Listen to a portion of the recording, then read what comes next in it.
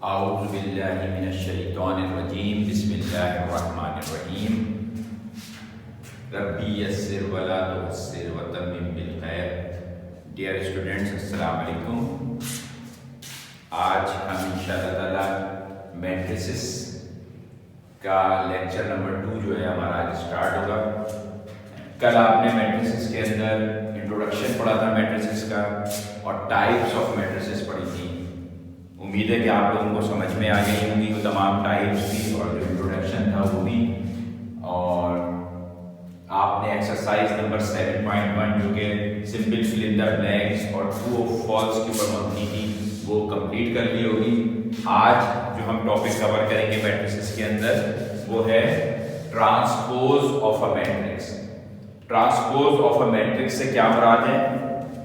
Transpose of a matrix से मुराद है कि if a matrix of any order is given and we change rows into columns or columns into rows, अगर हमें किसी भी order की कोई भी मैट्रिक्स गिवन हो, ठीक है ना। ऑर्डर आपको याद है क्या था ऑर्डर? कि हमारे पास कोई मैट्रिक्स है, सपोज ए मैट्रिक्स है 4 5 और ये है 6 3 सपोज, तो इसका ऑर्डर क्या हो जाएगा? 2/2 कि इसमें 2 रॉज हैं और 2 कॉलम्स हैं। हमेशा पहले हमने कहा था क्या लिखते हैं हम रॉज को पहले लिखते हैं और दूसरे नंबर पे क्या लिखते हैं हम? कॉलम्स को लिखते हैं।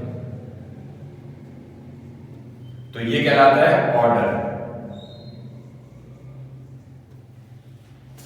तो कह रहे हैं कि अगर हमें कोई भी ऐसी मैट्रिक्स गिवन हो, किसी भी ऑर्डर की गिवन हो, और उसमें हम क्या करें कि हमारे पास जो रॉज हैं, सपोज ये रॉ ये है हमारे पास, ठीक है, और हम इन रॉज को जो है दोनों रॉ को कॉलम में चेंज कर दें, ठीक है, then the resulting matrix is called transpose of the given matrix. तो जो दूसरी मैट्रिक्स हमें हासिल होगी वो क्या कहलाएगी? वो transpose of the given matrix. जो मैट्रिक्स हमें दी गई है उसका ट्रांसपोज कहलाएगी। और इसको हम किससे जाहिर करते हैं? सपोज हमारे पास एक मैट्रिक्स है A, तो अगर हमें इसका ट्रांसपोज मालूम करना होगा तो हम उसको लिखेंगे A की power T। Transpose of a matrix को हम डिनोट करते हैं A की पावर T से। और जैसा कि डेफिनेशन में कहा गया है कि हमारे पास सपोज ये कोई मैट्रिक्स है 2/2 ऑर्डर की है, तो अगर हम इसमें क्या करें, इसकी जो रॉज हैं इसको कॉलम्स में चेंज कर दें। तो कॉलम में किस तरह से चेंज हो जाएंगी ये रॉज हैं कि ये है 4 और 5, तो हम इसको कॉलम में कैसे चेंज कर सकते हैं? 4 और 5 ये कॉलम बना दिया हमने।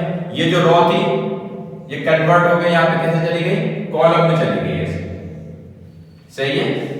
बिल्कुल इसी तरह से जो दूसरी रॉ है हमारे पास 6 और 3, इसको हम क्या करेंगे? सेकंड कॉलम बना दें, 6 और 3 इस तरह से लेंगे।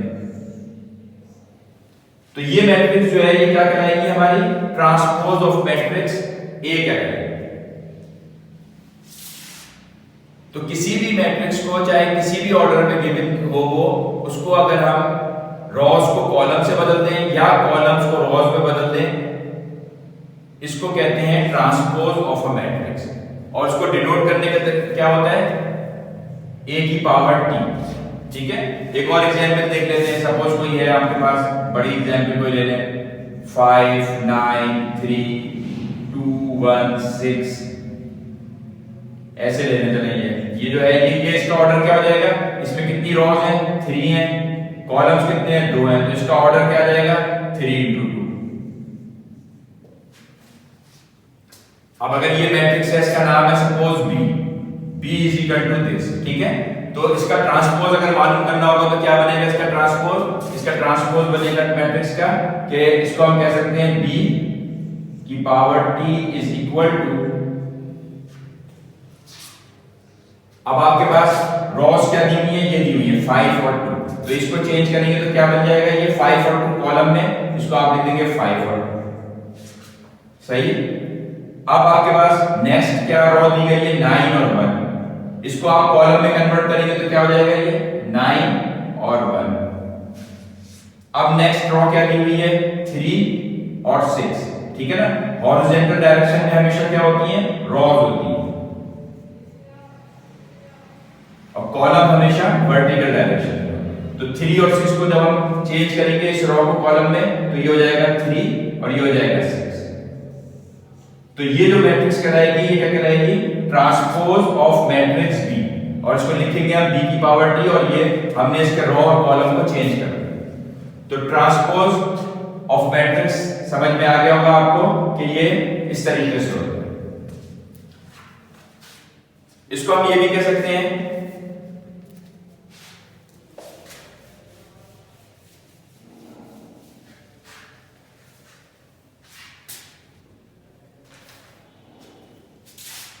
कि अगर हमारे पास एक मैट्रिक्स है ए और उसका हमने क्या किया? ट्रांसपोज लिया, तो वो ट्रांसपोज जो है वो क्या आ जाएगा? ए की पावर टी। अगर हम इस मैट्रिक्स का एक दफा फिर ट्रांसपोज ले लें, यानी ए ट्रांसपोज का फिर ट्रांसपोज ले लें, तो हमें क्या हासिल हो जाएगा? वापस हमें ए ही मिल जाएगा। तो ये समझे एक छोटा सा फार्मूला होता है कि ए ट्रांसपोज का अगर हम एक और दफा ट्रांसपोज ले लें तो हमें वापस अपनी वही मैट्रिक्स मिल जाएगी जिसका हमने ट्रांसपोज लिया है। आप इसको करके देखिएगा। जैसे सपोज ये है एक बी मैट्रिक्स है, इसका ट्रांसपोज क्या आ गया आपके पास? बी ऑफ टी ये हो गया। अगर मैं इसी मैट्रिक्स का बी की पावर टी का एक दफा फिर ले लूं, यानी मैं कहूं कि बी की पावर टी थी, इसका एक और दफा मुझे ट्रांसपोज लेना है, तो अब की दफा मैं ट्रांसपोज लूंगा तो क्या होगा कि मेरे पास रो क्या है? 5 9 3 रो है। तो मैं इसको कॉलम में चेंज करूंगा तो क्या बन जाएगा? ये 5 9 3 ये बन गए। और ये जो दूसरी रो है मेरे पास क्या है? 2 1 6। तो इसको कॉलम में चेंज करूंगा तो क्या हो जाएगा? 2 1 6।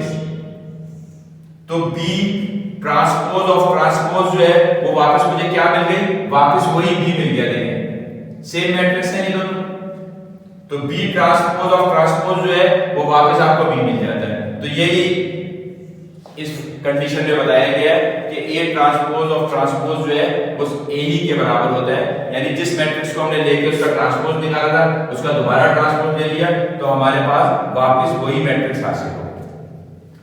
तो इसको हम कहते हैं ट्रांसपोज ऑफ अ मैट्रिक्स। यानी हमने सिर्फ क्या करना होता है कि कॉलम्स को रोज से चेंज कर देना होता है और रोज को कॉलम से चेंज करना।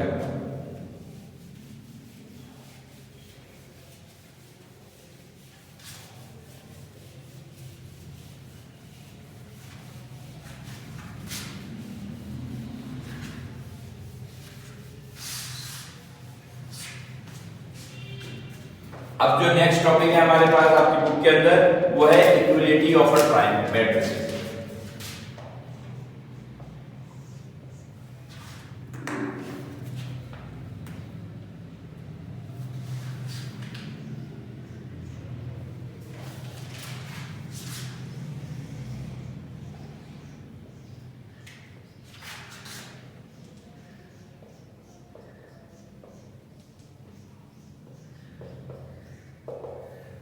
जैसे कि टॉपिक से ही जाहिर है इक्वलिटी ऑफ अ मैट्रिक्स के मैट्रिक्स जो है अगर दो मैट्रिक्स हमारे पास कब इक्वल हो जाएंगे, तो इसकी पहली शर्त क्या है? कब हो जाएंगी? Two matrices are said to be equal if they have same order.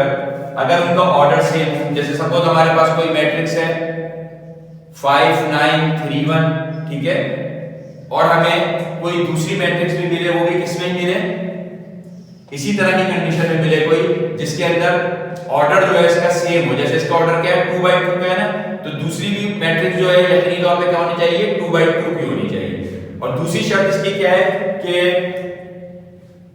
उनके जो एलिमेंट्स हैं या एंट्रीज जिसे हम कहते हैं 1 2 3 4 है, ये भी क्या होने चाहिए? बराबर होने चाहिए।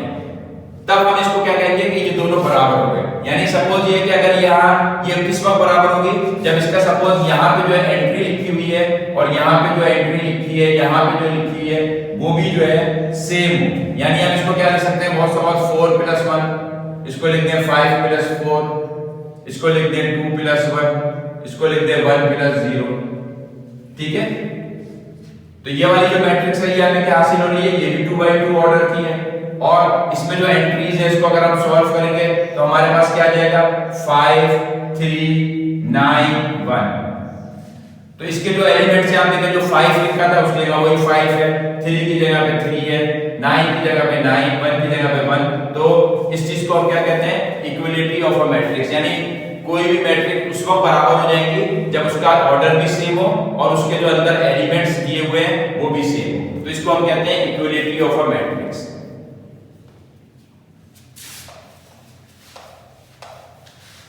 ये चीजें कुछ थोड़ी सी थ्योरी की होती हैं, जो बहुत सारे लोग इसको पढ़ाना भी पसंद नहीं करते कि जैसे ये एग्जाम में तो आती नहीं है और इस तरह का है, लेकिन ये छोटी छोटी चीजें होती हैं जो कि बाद दफा एमसीक्यूज वगैरह में आ जाती हैं और अच्छे मार्क्स लेने के लिए और अपने कॉन्सेप्ट्स को समझने के लिए जरूरी होता है, कॉन्सेप्ट्स क्लियर करने के लिए कि आप ये छोटी छोटी थ्योरीज जो है इनको एक दफा पढ़ लें, तो आपको जिस वक्त आप एक्सरसाइज करेंगे तो उस वक्त आपको बहुत आसानी हो जाएगी वो एक्सरसाइज करते हुए।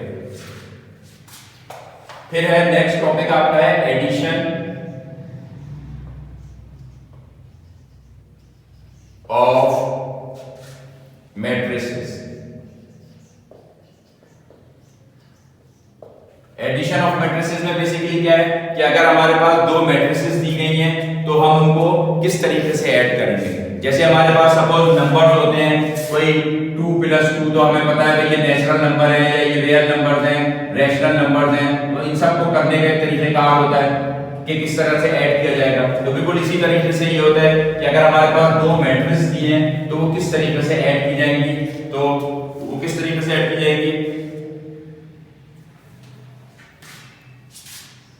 पहली शर्त तो हमेशा ही समझे एडिशन के लिए वही होती है कि दो मैट्रिक्स अगर आपको दी गई है तो दोनों मैट्रिक्स जो है उनका क्या होना चाहिए, ऑर्डर सेम होना चाहिए। ऑर्डर का सेम होना किसी भी एडिशन के लिए मस्ट है। एक मैट्रिक्स ये दी गई है, दूसरी मैट्रिक्स सपोज ये दे दी गई है आपको, ठीक है, दो मैट्रिक्स हैं, तो पहली शर्त क्या होती है इसकी कि ऑर्डर जो है वो सेम होना चाहिए। इसका ऑर्डर भी 2/2 है, इसका ऑर्डर भी 2/2 है। अगर ऑर्डर सेम नहीं है तो फिर हम उसको ऐड नहीं कर सकते, ठीक है ना, तो वो कंफर्मेबल नहीं होगी एडिशन के लिए। तो इसकी कंफर्मेशन चेक करने के लिए कि एडिशन हो सकती है या मैट्रिसेस नहीं हो सकती हैं, तो सबसे पहले हमें ये देखना पड़ता है कि इन दोनों मैट्रिक्स का ऑर्डर सेम है। अगर ऑर्डर सेम है तो हम इसको ऐड कर सकते हैं। तो सपोज ये मैट्रिक्स आपके पास अगर सपोज A थी और ये मैट्रिक्स B थी, तो इनको अगर आप ऐड करेंगे तो किस तरह से ऐड हो जाएंगे ये दोनों A + B। A + B को जब आप लिखेंगे तो इस तरह से लिखेंगे A + B। और एडिशन का तरीकेकार क्या होता है कि जो एलिमेंट दिया गया है आपको जिस ऑर्डर में, वो एलिमेंट उससे ही जाके ऐड हो जाता है। तो यानी यहाँ की जो पहली टर्म आ जाएगी वो क्या आ जाएगी, 5 + 7। फिर इसी तरह से ये एलिमेंट जो है इसके कॉरेस्पॉन्डेंस एलिमेंट कौन सा है, 8 है, तो इसको हम लिख सकते हैं 1 + 8। इसी तरह से यहाँ 6 है और यहाँ पे इसकी पोजीशन क्या बन रही है, 9 है, तो ये हो जाएगा 6 + 9। और ये वाला जो बन जाएगा क्या हो जाएगा, 3 + 5। और इसको आप सिंपली ऐड कर लेंगे, जैसे कि हम ऐड करते हैं, 12 हो जाएगा, ये 9 हो जाएगा, ये 15 हो जाएगा और ये 8 हो जाएगा। तो किसी भी दो मैट्रिक्स को ऐड करने का जो तरीका होता है वो ये होता है, ऐड करने से पहले सबसे पहले हम सिर्फ ये चेक कर लेते हैं कि इनके ऑर्डर सेम है कि नहीं है। अगर ऑर्डर सेम होते हैं तो हम इनको ऐड कर सकते हैं। और ऐड करके करने का तरीका क्या होता है कि हर एलिमेंट अपने कॉरेस्पॉन्डेंस एलिमेंट जो है उसके सामने है, यानी जो इसको हम क्या कहते हैं कि ये फर्स्ट रो का फर्स्ट कॉलम है, तो इसका जो एलिमेंट है यहाँ पे 5 है, तो वो इसी एलिमेंट के साथ जाके ऐड हो जाए। तो ये है बेसिकली एडिशन ऑफ मैट्रिसेस। अभी हम आगे एक्सरसाइजेस वगैरह करते रहेंगे तो मजीद आपको ये एडिशन और मल्टीप्लिकेशन और सब्ट्रैक्शन बहुत ज्यादा इसी तरीके से यूज होंगी, तो वो आपको बहुत ज्यादा प्रैक्टिस हो जाएगी।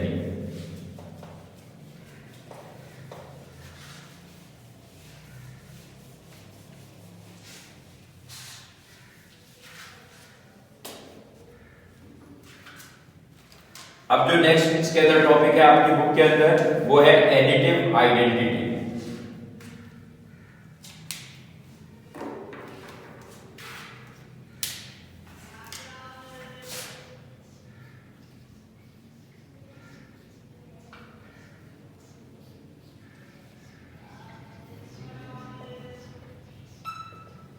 ये आइडेंटिटी आइडेंटिटी तो मेरे ख्याल में आप लोगों को पता ही होगी कि आइडेंटिटी आइडेंटिटी किसे कहते हैं। इससे पहले आपने अपने चैप्टर नंबर 1 में और चैप्टर नंबर 2 के अंदर और पिछली क्लासों के अंदर भी कुछ प्रॉपर्टीज होती हैं जो कि हम मुख्तलिफ जो भी हम टॉपिक कर रहे होते हैं तो उस पर तमाम प्रॉपर्टीज को अप्लाई करके देखते हैं कि ये इनकी आइडेंटिटी क्या है। और इसके अलावा कम्यूटेटिव प्रॉपर्टी होती है, एसोसिएटिव प्रॉपर्टी होती है, डिस्ट्रीब्यूशन प्रॉपर्टीज होती हैं, क्लोजर प्रॉपर्टी होती है। तो यकीनन आपने सेट के अंदर भी और जो सेकंड चैप्टर था आपका रियल नंबर का उसके अंदर भी ये तमाम प्रॉपर्टीज पढ़ी होंगी। तो एडिटिव आइडेंटिटी से क्या मुराद होता है? एडिटिव आइडेंटिटी से मुराद ये होता है कि हमारे पास कोई भी नंबर अगर दिया गया है, सपोज हम रियल नंबर्स की बात कर रहे हैं, चैप्टर नंबर 2 में पढ़ा होगा आपने रियल नंबर्स। तो रियल नंबर्स जो होते हैं,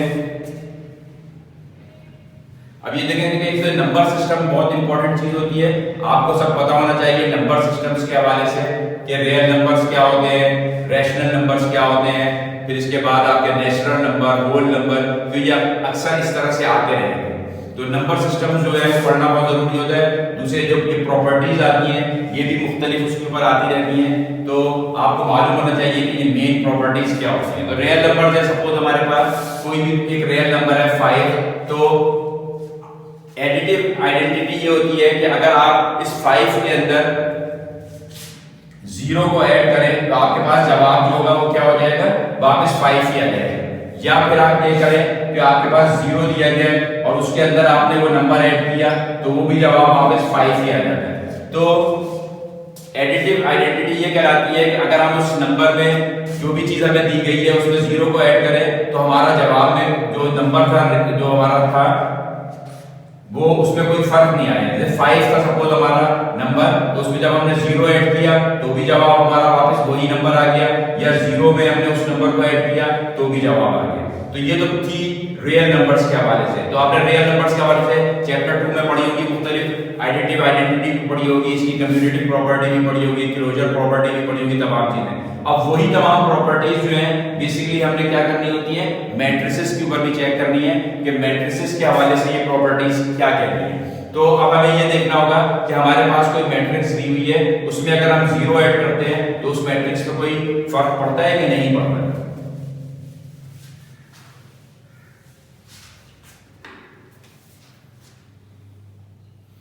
तो इसकी एडिटिव आइडेंटिटी के लिए सपोज आपके पास कोई मैट्रिक्स दी गई है 2 3 5 6, ठीक है, ये थी कोई मैट्रिक्स ए। अच्छा, एक आपको इसके साथ इन्होंने 0 मैट्रिक्स दे दी है, आपको बताया था ये नल मैट्रिक्स होती है, कल जो हमने टाइप्स पढ़ी थी। और हमारे पास अगर ऑर्डर 2 into 2 है तो इसको आपने क्या होगी है 0 0 0, ताकि 2 रो 2 कॉलम।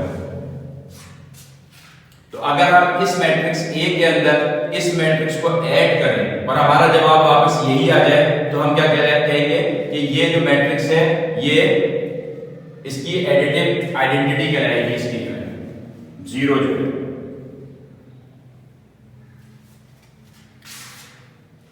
तो ये तो आप देख रहे हैं कि 0 जब भी ऐड होता है तो इससे कोई फर्क नहीं पड़ता। ये सिंपली क्या हो जाएगा 2 + 0, 3 + 0, 5 + 0 और 6 + 0। तो आपके पास वही जवाब आ जाएगा 2 0 5 3 और 6। तो आपने देखा कि इसके अंदर हमने नल मैट्रिक्स को ऐड किया तो जवाब हमारा वही का वही रहा। तो इसमें ये 0 जो है ये क्या कहलाएगा, ये कि ये जो है इसकी एडिटिव आइडेंटिटी है, मैट्रिक्स की एडिटिव आइडेंटिटी है।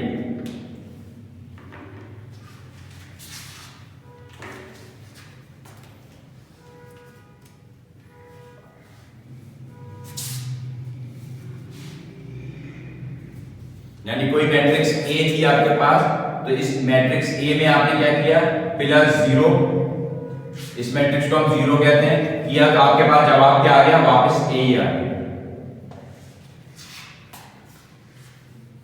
या अगर आप इस मैट्रिक्स में इसको ऐड करेंगे यानी इसका अपोजिट के 0 के अंदर +a करेंगे तो भी आपका जवाब क्या आ जाएगा, ए ही आ जाएगा। तो जीरो जो है ये क्या कहलाएगी इसकी एडिटिव आइडेंटिटी।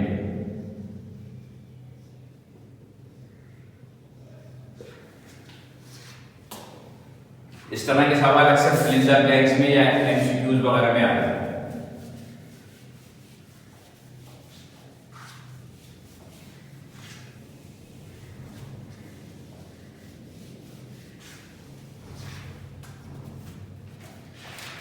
एडिटिव आइडेंटिटी की बात है, additive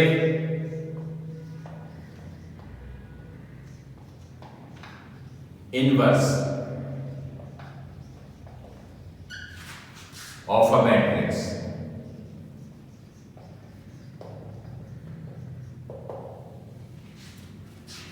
additive inverse of a matrix क्या होता है? इसको समझने के लिए पहले वही कि आपने जो चैप्टर 2 के अंदर रियल नंबर्स पढ़े थे, तो रियल नंबर्स के अंदर भी आपने क्या था, एडिटिव इनवर्स मालूम किया था, ठीक है ना। तो रियल नंबर अगर आपके पास सपोज कोई है 3, ठीक है, तो इसका एडिटिव इनवर्स क्या हो जाता है, यानी कि इसमें एक ऐसा नंबर ऐड किया जाए कि उसको ऐड करने के बाद जवाब आपके पास क्या आ जाए, 0 हो जाए। तो इसके लिए आपको क्या होगा कि ये +3 है, इसमें अगर आप -3 ऐड कर देंगे तो जवाब क्या आ जाएगा, 0 हो जाएगा। तो एडिटिव इनवर्स क्या है कि कोई भी आपको नंबर दिया गया है तो आप उसका अपोजिट नंबर जो है उसकी साइन अगर चेंज कर देंगे, -3 उसमें ऐड कर देंगे तो आपका जवाब 0 आ जाएगा। तो ये जो नंबर्स हैं आपस में एक दूसरे के क्या कहलाएंगे, एडिटिव इनवर्स कहलाएंगे।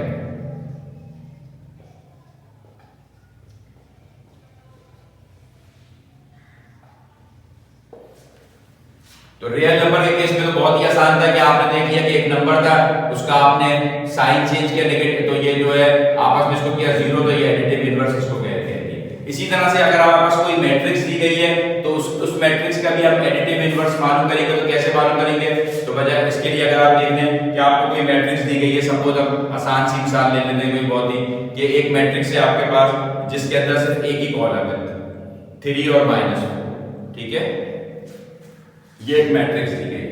अब इस मैट्रिक्स का आपको क्या मालूम करना है, एडिटिव इनवर्स। तो एडिटिव इनवर्स के लिए जैसे हमने कहा था कि हम क्या करते हैं, जो भी नंबर था उसका अपोजिट नंबर लेंगे। तो बिल्कुल इसी तरह से अगर ये A है तो हम हमारे पास सपोज कोई B मैट्रिक्स है जो कि क्या है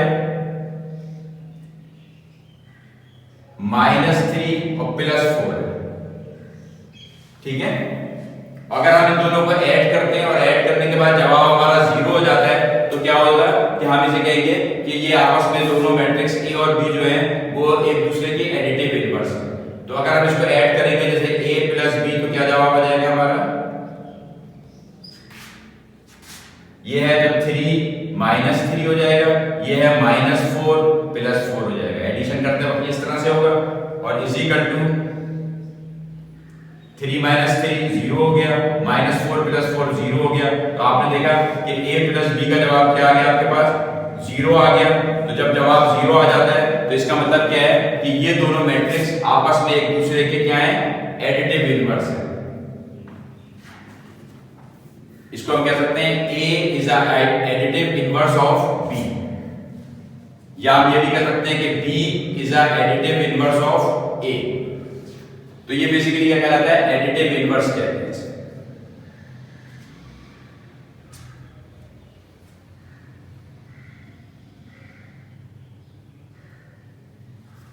बाकी इसमें कोई ऐसी खास चीज नहीं है। इसके अलावा जो नेक्स्ट टॉपिक है वो है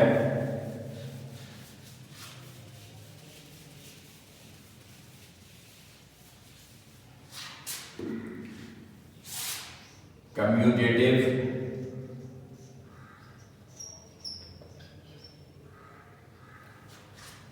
property of a matrix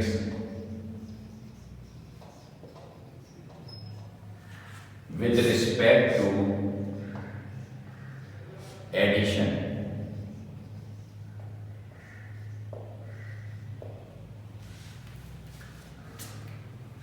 पिछले चैप्टर्स में भी आपने देखा होगा कि हम जब ये कम्यूटेटिव प्रॉपर्टी और एसोसिएटिव प्रॉपर्टी या डिस्ट्रीब्यूशन प्रॉपर्टी देखते थे रियल नंबर की और रैशनल नंबर की, तो हम जो दोनों ऑपरेशन होते हैं एडिशन का और मल्टीप्लिकेशन का, दोनों में देखते थे कि वो क्या उस पर अप्लाई हो रही हैं या उन कंडीशन को वो सेटिस्फाई कर रही है कि नहीं कर रही है। तो बिल्कुल इसी तरह से मैट्रिक्स के अंदर भी हम जो है जब एडिशन कर रहे होंगे विद रिस्पेक्ट टू एडिशन में भी चेक करेंगे कम्यूटेटिव प्रॉपर्टी को, और फिर जब हम मल्टीप्लिकेशन पढ़ रहे होंगे तो उस वक्त फिर करेंगे। तो कम्यूटेटिव प्रॉपर्टी क्या होती है बेसिकली, याद है आप लोगों में से किसी को? चैप्टर 2 में भी पढ़ा होगा आपने, चैप्टर 1 में भी पढ़ा होगा, सेट्स के अंदर भी होती है। कम्यूटेटिव प्रॉपर्टी बेसिकली सिंपली ये होती है कि अगर आपके पास एक कोई नंबर है a, ठीक है, और एक नंबर है आपके पास b, इन दोनों को आप ऐड करते हैं, अगर दो नंबर्स को अगर हम आपस में ऐड करें, ठीक है, तो जो जवाब इसका आए वही जवाब क्या आ जाए। अगर हम एक नंबर है b और a, इनको आपस में इस ऑर्डर में अगर ऐड करें तो जवाब जो आएगा, ये दोनों जवाब जो है अगर सेम आते हैं तो इसको हम कहते हैं commutative property with respect to addition. यानी हम ऐड कर रहे हैं अगर दो नंबर को, विद रिस्पेक्ट टू एडिशन का मतलब क्या है, यहाँ पे ऐड कर रहे हैं। अगर हम with respect to multiplication check कर रहे होते हैं तो हम क्या चेक करते हैं कि अगर ये दो नंबर है इनको हम फिर मल्टीप्लाई करते हैं यहाँ पे, तो क्या हो जाता है कि a को b से मल्टीप्लाई करें या b को a से मल्टीप्लाई करें, दोनों सूत्रों में जवाब अगर सेम आ रहा है तो फिर हम क्या कहते हैं कि a और b जो है ये सेटिस्फाई करते हैं कम्यूटेटिव प्रॉपर्टी। ठीक है, अब यहाँ पे इस वक्त हम विद रिस्पेक्ट टू एडिशन देख रहे हैं तो हमने क्या किया, इनको ऐड कर दिया। तो दो नंबर अगर हमारे पास है a प्लस b, उनको ऐड करा, और अगर हम इनके ऑर्डर्स को चेंज कर दें यानी b प्लस a कर दें तो जवाब अगर सेम आएगा तो हम इसको क्या कहेंगे कि ये जो दोनों नंबर्स हैं ये कम्यूटेटिव प्रॉपर्टी को सेटिस्फाई करते हैं। तो अभी हम इस वक्त जो चेक करेंगे मैट्रिक्स की करेंगे, ये तो था रियल नंबर्स की हमने कंडीशन इसको देखा था। अब अगर हमारे पास a और b दो मैट्रिक्स है, सपोज कोई भी दो मैट्रिक्स है 1 5 9 3, ये a है सपोज आपके पास, और b जो है आपके पास क्या है वो है 5 2 1 6, ठीक है।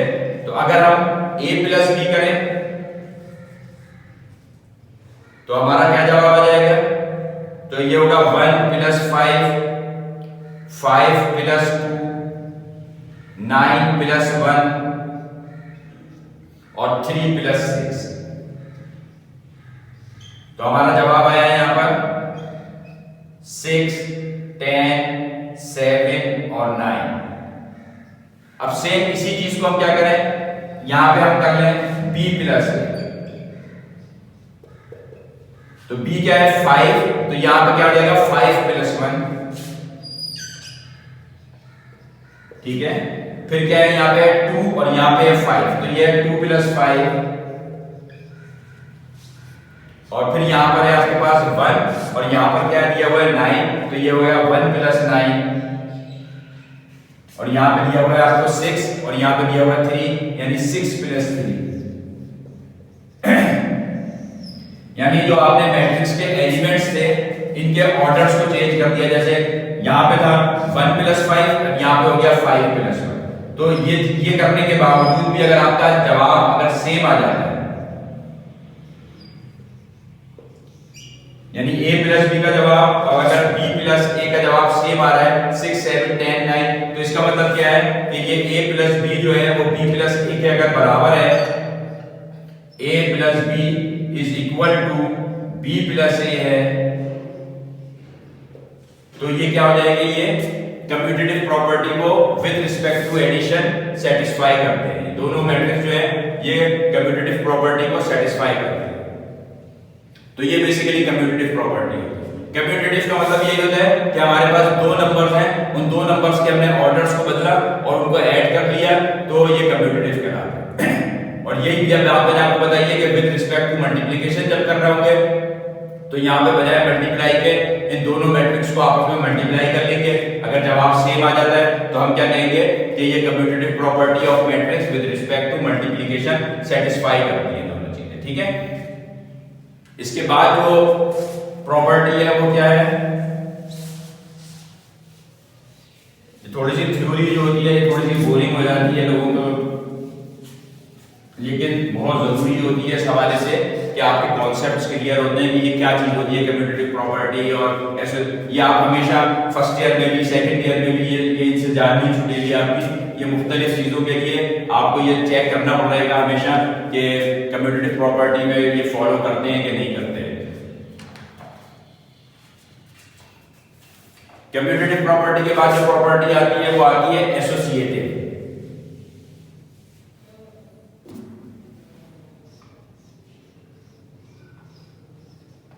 Associative property. एसोसिएटिव प्रॉपर्टी क्या होती है? यहां पे भी हम क्या मालूम कर रहे हैं? Associative property of a matrix with respect to addition. फिर यही एसोसिएटिव प्रॉपर्टी ऑफ मैट्रिक्स जो होगी वो विद रिस्पेक्ट टू मल्टीप्लिकेशन अभी आने वाला है, आगे वो भी पढ़नी है। तो एसोसिएटिव प्रॉपर्टी उसमें क्या कर देंगे, हमारे पास दो चीजें थी, ए और प्लस बी, दो मैट्रिक्स थी ना, तो हमने कहा था ए प्लस बी कर दें या बी प्लस ए कर दें, तो ये क्या कहलाती है? ये कम्यूटेटिव कहलाती है।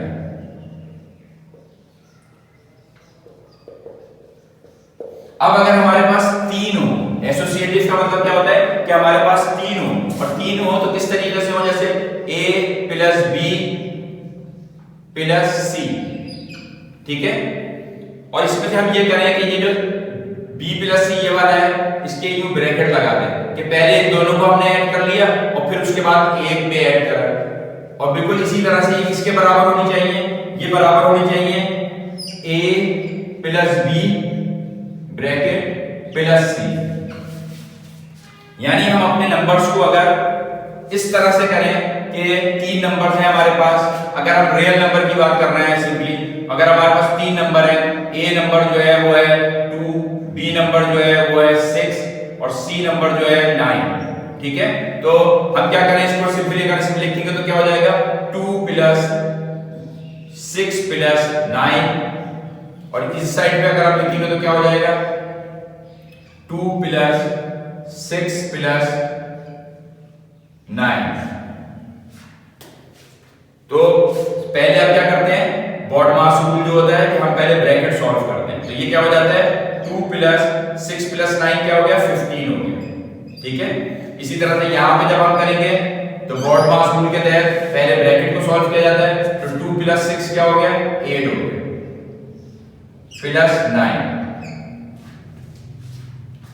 तो ये हो जाएगा 15 और 2 कितना हो गया? 17 इज इक्वल टू 8 और 9 कितना हो गया? 17। तो 17 इज इक्वल टू 17, तो यानी क्या मतलब हुआ कि a plus bracket b plus c हो या a plus b bracket plus c हो, इन दोनों का जवाब हमारा क्या आया? 17 आया।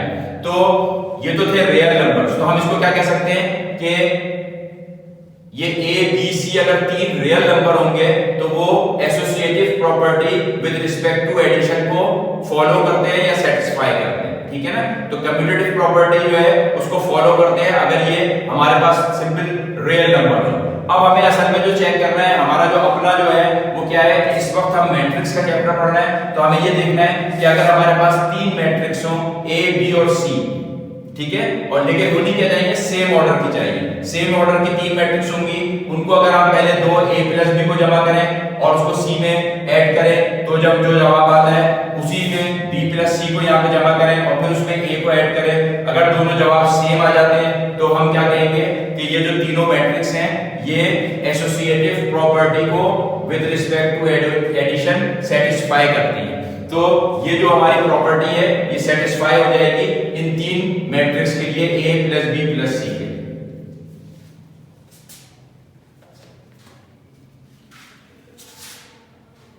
मेरे ख्याल में करने की जरूरत तो नहीं है, बात चीजें बहुत ही आसान सी होती है। जैसे कि आपने देखा भाई इसको इसमें करा, तो इसमें ऑर्डर्स के चेंज करने से नॉर्मली एडिशन के अंदर कोई फर्क नहीं पड़ता। तो अगर हम मैट्रिसेस भी ले लेंगे और उनको इस तरह से ऐड करेंगे कि b को पहले c में ऐड किया और उसको a किया, और इसी तरह से यहाँ a को b में किया, c को किया, तो हमारे जवाब सेम आ जाएंगे। तो बेसिकली मैट्रिसेस जो है वो एसोसिएटिव प्रॉपर्टी को सेटिस्फाई करती हैं। आप लोग कोई भी छोटी सी एग्जाम्पल देख के, बुक में भी दी गई है, इसके साथ एक छोटी सी एग्जाम्पल करना चाहें तो कर सकते हैं। मेरे ख्याल में काफी लंबा हो जाएगा, इसलिए इसको जो है ना आप लोगों के ऊपर ही छोड़ देते हैं कि उम्मीद करता हूं मैं कि आप लोग ये एग्जाम्पल इसकी एक छोटी सी कर लेंगे। सही है, आपको ये समझ में आई प्रॉपर्टीज जो थी, कम्यूटेटिव प्रॉपर्टी, एसोसिएटिव प्रॉपर्टी, एक और भी आती है, ये डिस्ट्रीब्यूशन प्रॉपर्टी और आ सकती है इसके अंदर, और जैसे आइडेंटिटी निकाली थी और इनवर्स आइडेंटिटी निकाली थी, ये तमाम चीज। अब जिस तरह से हमने एडिशन किया था दो मैट्रिक्स का, बिल्कुल उसी तरह से जो होता है सबट्रैक्शन भी होता है, ठीक है।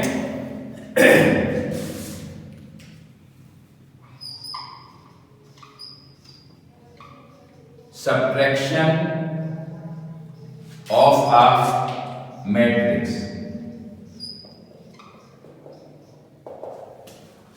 Subtraction of a matrix क्या होता है? दो मैट्रिक्स गिवन अगर आपके पास, सपोज एक मैट्रिक्स है A 5 9 3 1 और दूसरी मैट्रिक्स आपको दी गई है B जो कि वो 2 3 1 0।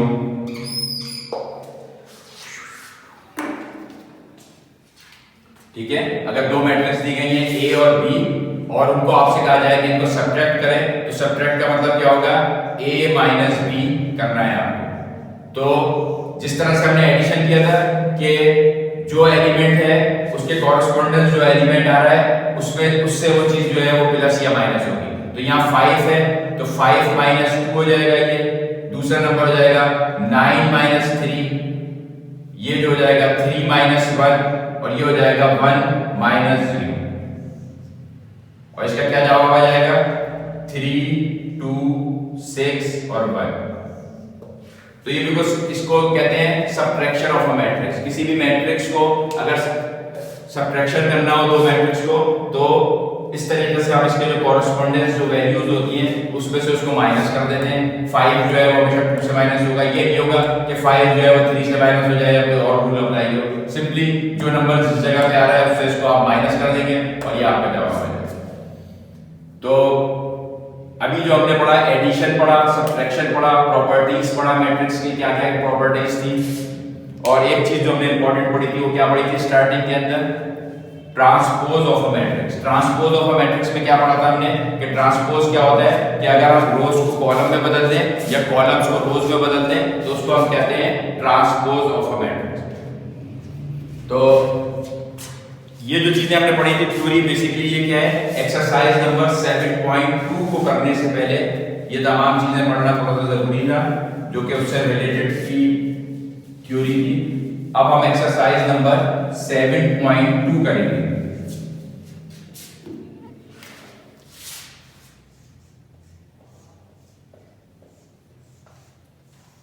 Exercise number 7.2।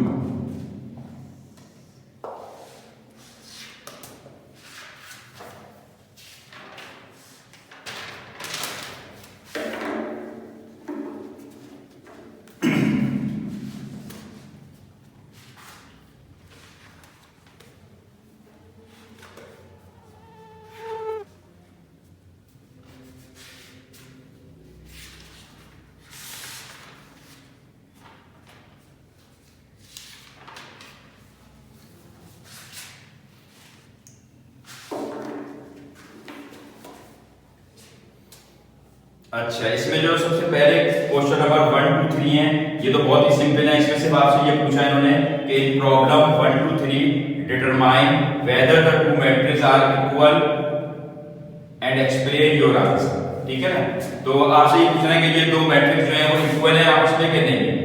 तो इक्वल मैट्रिक्स की क्या शर्त थी? हमने पढ़ा था ना इक्वलिटी ऑफ अ मैट्रिक्स। तो इक्वलिटी ऑफ अ मैट्रिक्स के लिए क्या शर्त थी कि उसका ऑर्डर सेम होना चाहिए। ठीक है ना,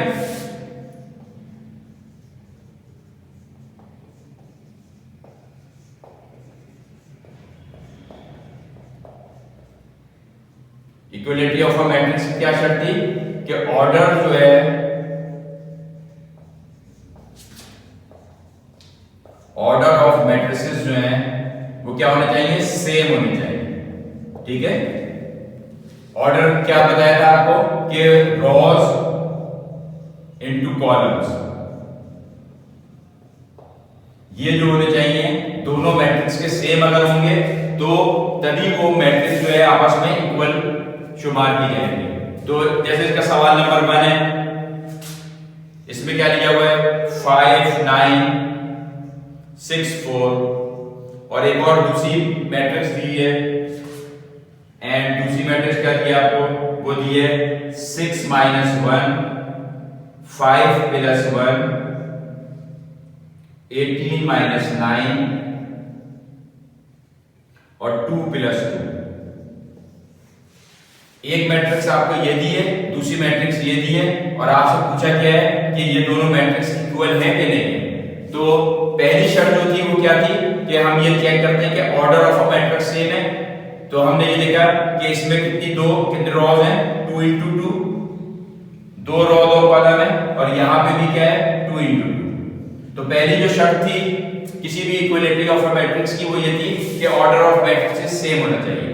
दूसरी शर्त क्या थी, दूसरी शर्त ये थी कि ये जो दोनों मैट्रिसेस हैं इनके जो एलिमेंट्स हैं,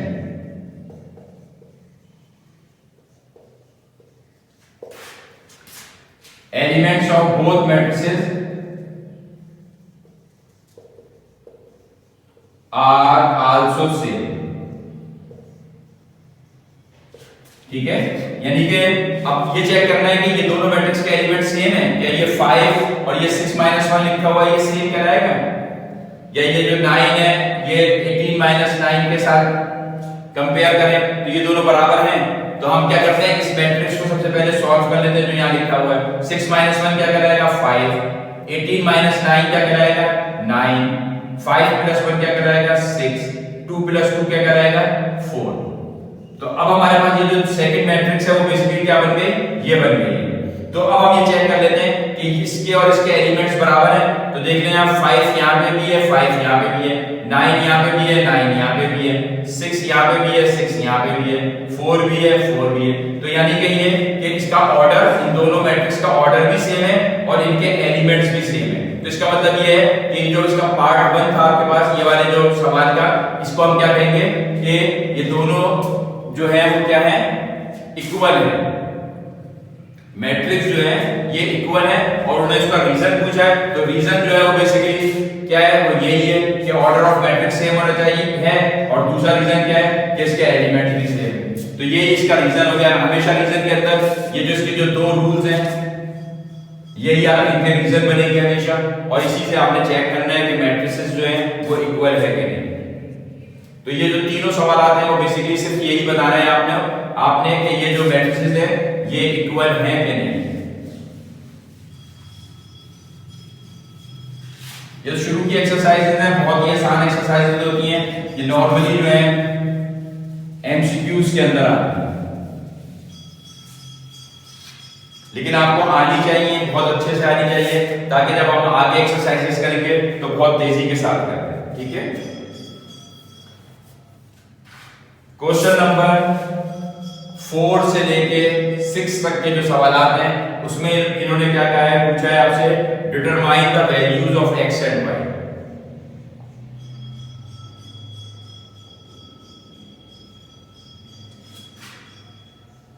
values of x and y।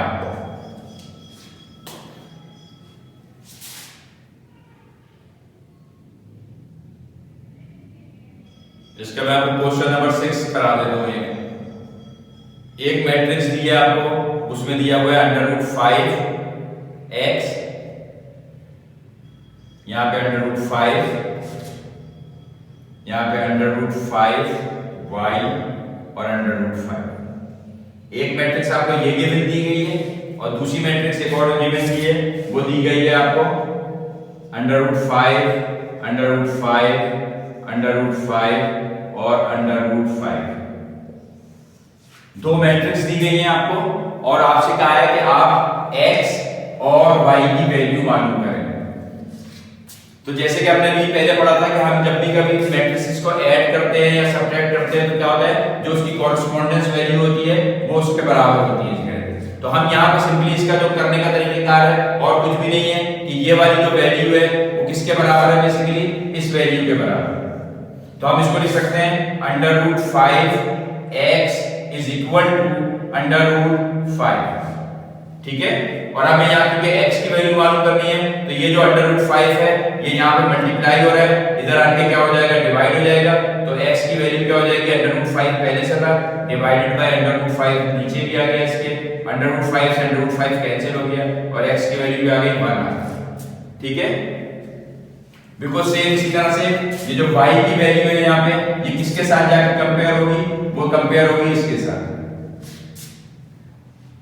तो यहाँ पे भी आप क्या कर सकते हैं कि √5y जो है वो किसके बराबर हो जाएगा, √5 के बराबर हो जाएगा। और y की वैल्यू मालूम करनी है तो ये जो √5 यहाँ मल्टीप्लाई हो रहा है, ये √5 जो है इक्वेशन के इस साइड पर आके डिवाइड हो जाएगा, √5 से √5 कैंसिल हो जाएगा और y की वैल्यू क्या आ जाएगी, 1। तो x और y की वैल्यूज क्या आ जाएगी, x जो है वो 1 के बराबर हो गया यहाँ पे भी और y भी जो है वो 1 के बराबर। तो ये हमारा आंसर हो जाएगा इसके अंदर से। ठीक है, तो बहुत आसान सवाल आते हैं, इसमें कोई ऐसी कोई खास फिलॉसफी यूज नहीं होती।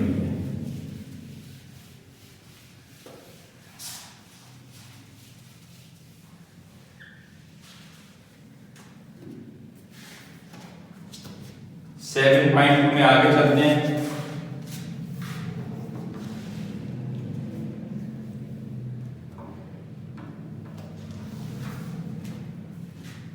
अब सिंपली जो आगे सवाल आते हैं 7 से लेकर 10 तक, क्वेश्चन नंबर 7 से लेके क्वेश्चन नंबर 10 तक के जो सवाल आते हैं वो सिंपलीफाई के सवाल आते हैं।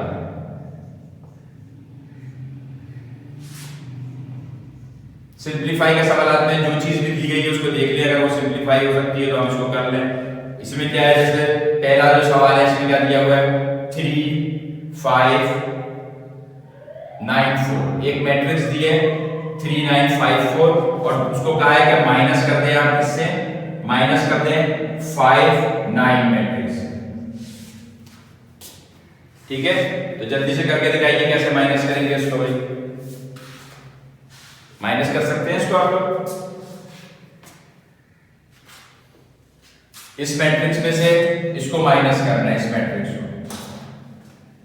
तो हमने आपको दोनों चीजों के लिए क्या बताया था, एडिशन के लिए भी और सब्ट्रैक्शन के लिए भी।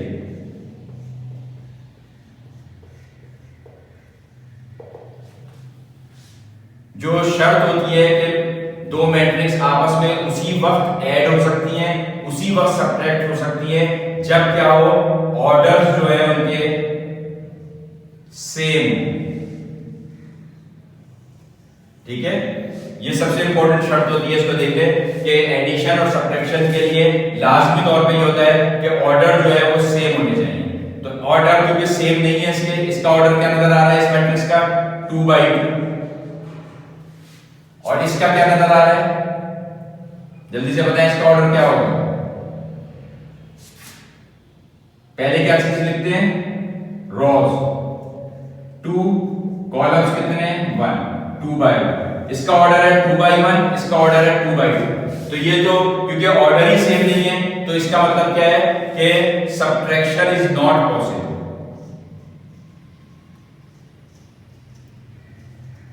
Subtraction is not possible.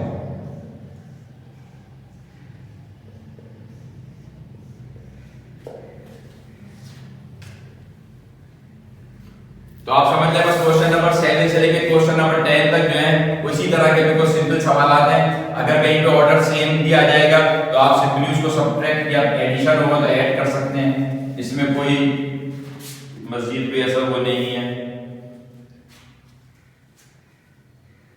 अगर आप कहेंगे तो मैं करके भी दिखा सकता हूं कोई सवाल अगर आप कहें तो, वैसे बहुत ही आसान सवाल आता है। नेक्स्ट जो है 11 12 13 14 तक, क्वेश्चन नंबर 11 से लेके 14 तक के जो सवाल हैं उसमें क्या पूछा जा रहा है आपसे, उसमें सिंपली आपसे एडिटिव इनवर्स पूछा जा रहा है।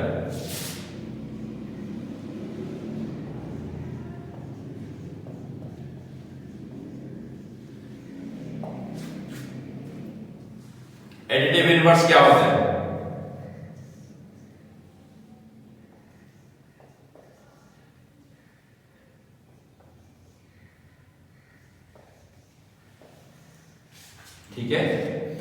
तो एडिटिव इनवर्स क्या होता है, ये सवाल है इसका, क्वेश्चन नंबर 11। इसमें ये कह रहा है कि इस मैट्रिक्स का आप क्या बताइए, एडिटिव इनवर्स बताइए। तो एडिटिव इनवर्स क्या था, हमने कहा था कि कोई ऐसी मैट्रिक्स होनी चाहिए कि जब हम इसको ऐड करें तो हमारा जवाब क्या आ जाए, 0 आ जाए। तो वो उसका क्या कहलाता है, एडिटिव इनवर्स कहलाता है। तो ऐसी क्या मैट्रिक्स होगी कि जो अब जब हम इसको ऐड करेंगे इसके साथ तो क्या होगा कि जवाब 0 हो जाएगा। तो जैसे कि आपने रियल नंबर के केस से पढ़ा था कि अगर हमारे पास कोई नंबर 3 है तो इसका एडिटिव इनवर्स क्या था, -3 था। कि अगर आप इन दो नंबरों को ऐड करेंगे तो जवाब क्या हो जाएगा, 3 - 3, जवाब आ जाएगा 0। तो बिल्कुल इसी तरह से जैसे ये सेम मैट्रिक्स है, हम क्या करेंगे कि इस सेम यही मैट्रिक्स रखेंगे, एलिमेंट्स सेम वही होंगे, सिर्फ क्या करेंगे जहां पे पॉजिटिव साइन है उसको नेगेटिव कर देंगे, जहां नेगेटिव साइन है उसे पॉजिटिव कर देंगे। तो जैसे सपोज ये मैट्रिक्स है तो इसके जो एक दूसरे इसके अगेंस्ट जो मैट्रिक्स बनेगी वो क्या बनेगी, -5 +5 +5 +5। तो ये मैट्रिक्स है। अगर हम इन दोनों मैट्रिक्स को क्या करें, ऐड कर दें, तो इनको ऐड करेंगे तो क्या जवाब आ जाएगा, 5 - 5 हो जाएगा। ये इधर करेंगे तो ये हो जाएगा -5 +5, इसको करेंगे तो ये हो जाएगा -5 +5, और इसको करेंगे तो ये हो जाएगा -5 +5। और इसको मजीद सॉल्व करेंगे तो ये तमाम के तमाम एलिमेंट जो है वो 0 0 0 और 0। तो ये वाली जो मैट्रिक्स है ये क्या कहलाएगी, ये मैट्रिक्स जो हमने अभी लिखी है इधर ये कहलाएगी additive inverse of this matrix. यानी इस मैट्रिक्स का अगर एक ऐसा इनवर्स है कि जिसको आप ऐड करेंगे तो आपका जवाब 0 हो जाएगा, इसको कहते हैं एडिटिव इनवर्स। तो ये 4 सवाल जो दिए गए हैं, चारों में आपने बेसिकली सिर्फ यही करना है कि जो भी मैट्रिक्स आपको गिवन दी गई है उस मैट्रिक्स के अंदर एलिमेंट्स तो लिखेंगे वही, लेकिन उनकी जो साइंस हैं उनके अपोजिट साइन लिख देंगे और उसको उसमें ऐड कर देंगे तो आपका जवाब 0 आ जाएगा। और आप कह देंगे कि ये वाली जो मैट्रिक्स है -5 +5 +5 वाली, this matrix is a additive inverse of the given matrix. तो ये सवाल आपने सिंपली इस तरीके से कहा।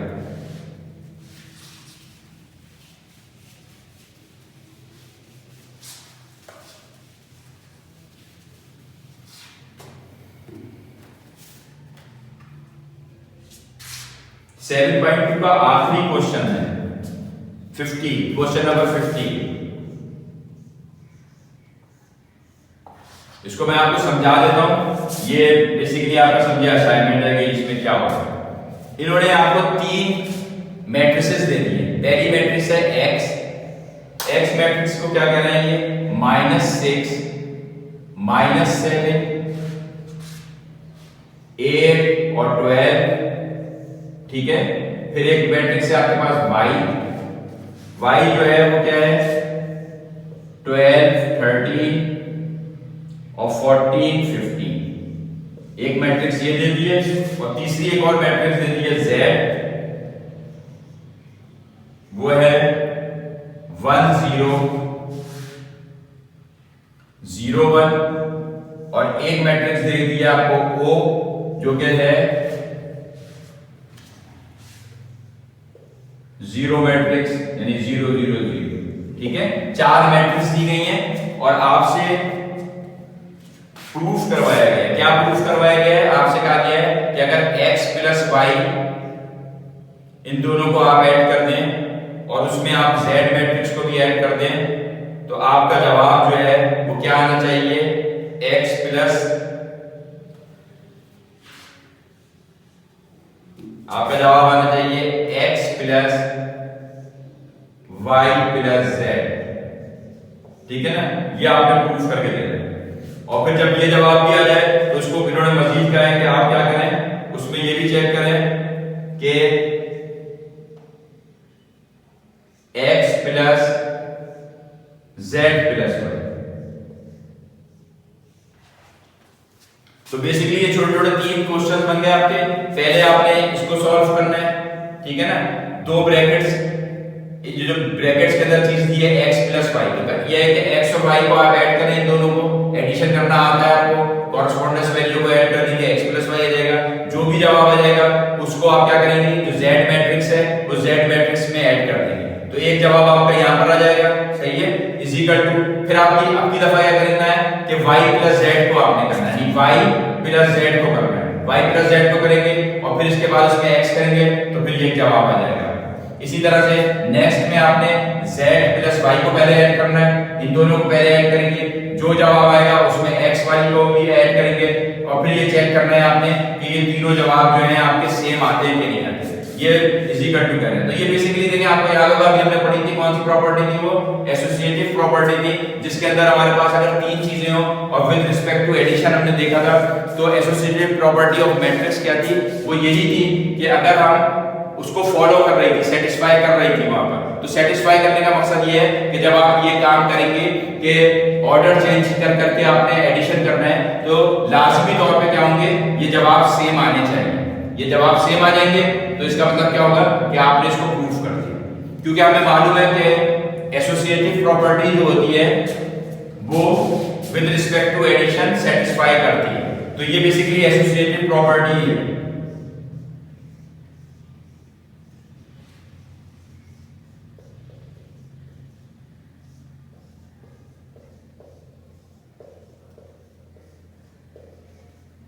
मैट्रिसेस के अंदर एसोसिएटिव प्रॉपर्टी जो है वो सेटिस्फाई करती है मैट्रिसेस को, तो जब हम इस तरीके से करेंगे तो इंशाअल्लाह ताला इसके जवाब जो है वो सेम आ जाएंगे और करना भी मुश्किल नहीं है, सिंपल देख लें x में y को ऐड करना है तो -6 + 12 क्या होगा 6 जवाब आ जाएगा। इसी तरह एक एलिमेंट को 8 + 30 21 -7 + 40 + 7 12 + 15 27 तो एक x + y का जवाब ये आ गया। अब जो जवाब आ गया मैट्रिक्स का उसको आपने क्या करना है, इस मैट्रिक्स में ऐड कर देना है, तो आपके पास एक जवाब आ जाएगा सिंपल मैट्रिक्स का। तो इस तरीके से आप इस सवाल कर सकते हैं। ये जो सवाल था क्वेश्चन नंबर 15 था, जो कि इस एक्सरसाइज का आखिरी सवाल था। उम्मीद है आपको ये तमाम एक्सरसाइज समझ में आ गई होगी, इसमें कोई बहुत ज्यादा मुश्किल बात नहीं है, सिंपल एडिशन सब्ट्रैक्शन और हमने कुछ प्रॉपर्टीज पढ़ी हैं, उन प्रॉपर्टीज को याद रखिएगा। वो मुख्तलिफ इस तरह से आ जाती हैं कुछ छोटे मोटे सवालात के अंदर, तो वो आपने सिंपली प्रूफ करना है उसको। तो उम्मीद है कि आपको ये लेक्चर जो है समझ में आ गया होगा और एक्सरसाइज नंबर 7.2 आप लोग इसको कंप्लीट कर लीजिएगा। इंशाअल्लाह ताला नेक्स्ट लेक्चर के अंदर हम 7.3 को कवर करने की कोशिश करेंगे। जज़ाकल्लाह।